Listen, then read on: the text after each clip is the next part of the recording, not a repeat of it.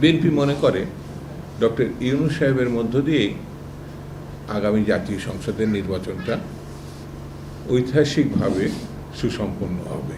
কারণ ডক্টর ইউনূস নিজেই জাতির কাছে কথা দিয়েছেন তিনি একটি ঐতিহাসিক জাতীয় সংসদের নির্বাচন হবে। গত 3টি নির্বাচন শেখ হাসিনা আত্মসাৎ করেছে, খুন করেছে, ধ্বংস করেছে। সেই ধ্বংসের স্তূপের উপরে গণতন্ত্রের পতাকা ওড়ানোর যে দায়িত্ব, সেই দায়িত্ব বর্তমান সরকার নিয়েছে। বিএনপি সেই সরকারকে সমর্থন জানিয়েছে। আমাদের সরকার প্রধান,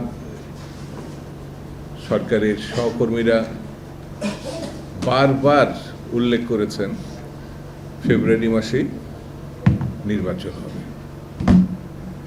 তারপরেও বিশেষ বিশেষ মহল সেই ঘোষণাকে, সেই প্রতিশ্রুতিকে একটি ধোঁয়াচ্ছাপূর্ণ অবিশ্বাসের দিকে নিয়ে যাওয়ার চেষ্টা করেছে।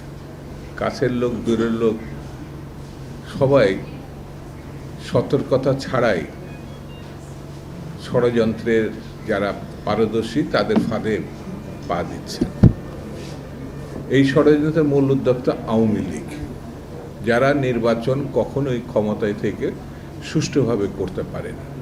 আরেকটি ভালো নির্বাচন হোক এই দেশে, আওয়ামী লীগ এটা চায় না বলে এই 3টে খারাপ ইলেকশন করেছে। হাসিনা গণহত্যাকারী, এ ব্যাপারে আমার মনে হয় বাংলাদেশের মানুষ, বিশেষ করে দক্ষিণ পূর্ব এশিয়ার মানুষ এটা তারা জানে। বিদায়ের আগে, পালানোর আগে, লুকানোর আগে সে যেভাবে নির্বিচারে গণহত্যা চালিয়েছে, এটা তার বাবা শেখ মুজিবের পথ অনুসরণ করেছে। 72-75 40 থেকে 50 হাজার বিরোধী দলের নেতাকর্মী শেখ মুজিব হত্যা করেছিলেন। তারই উত্তরসূরি শেখ হাসিনা দীর্ঘ শাসনকালে 10,000-এর উপরে, আর গত জুলাইয়ে আমাদের ছেলেমেয়ের দিকে জুলাই আগস্টে এই গণহত্যা ইতিহাসে ভয়ঙ্করতম গণহত্যা হিসাবে চিহ্নিত হবে। আর লুটপাট শেখ মুজিবের সময় আমরা দেখেছি। আর শেখ মুজিবের 2 কন্যা কত বড় চোর, কত বড় দুর্নীতিগ্রস্ত, কত বড় লুটেরা, এ ভাবা যায় না। তারা এই লোভকে সংবরণ করতে পারেনি বলে 8 থেকে 10টি ব্যাংকে একেবারে সব কিছু নিয়ে গেছে। হয় ভারতে, নয় লন্ডনে, নয় আমেরিকায় তারা এই টাকা পাচার করেছে। ডক্টর ইউনূস কথা দিয়েছিলেন যে টাকা তিনি ফেরত আসবেন। আমি এখনও বিশ্বাস করি ডক্টর ইউনূস যদি উদ্যোগী হন তাহলে এই টাকার বড় অংশ ফিরে আসা সম্ভব। বন্ধুরা, আমি বেশি কথা বলবো না, আপনাদের আটকাবো না, তবে এতটুকু বলি, যদি সামনের দিনগুলোতে আমরা ঐক্যবদ্ধ না থাকি, একটি এক্সক্লুসিভ নির্বাচন করতে না পারি, তাহলে বাংলাদেশের স্বাধীনতা, সার্বভৌমত্ব রক্ষা করা কঠিন হবে।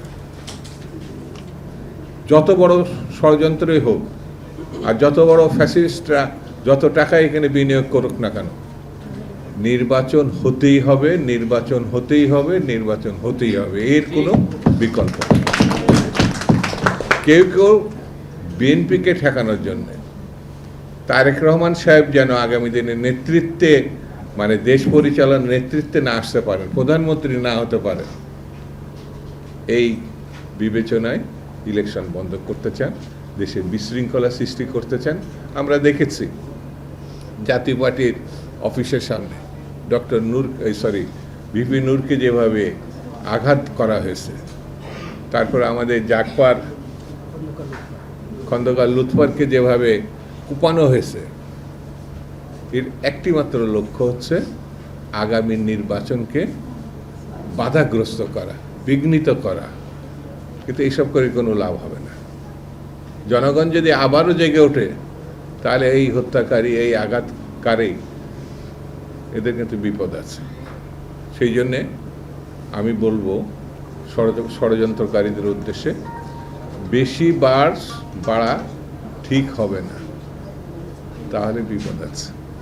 বন্ধুরা, আসুন আমরা ঐক্যবদ্ধ থাকি এবং দেশনেত্রী বেগম খালেদা জিয়া যেটা চেয়েছিলেন, তারেক রহমান সাহেব যেটা চেয়েছেন 16 বছরের যে সংগ্রাম আন্দোলন, রাজপথে যে রক্ত, যে ত্যাগ, যে জুলুমকে মুখোমুখি হওয়া, সেটা তো শেষ হতে হবে এবং শেষ হওয়ার জন্যেই আমাদের ঐক্যবদ্ধ থাকতে হবে এবং দেশে একটি নির্বাচিত সরকার প্রতিষ্ঠা করতে হবে।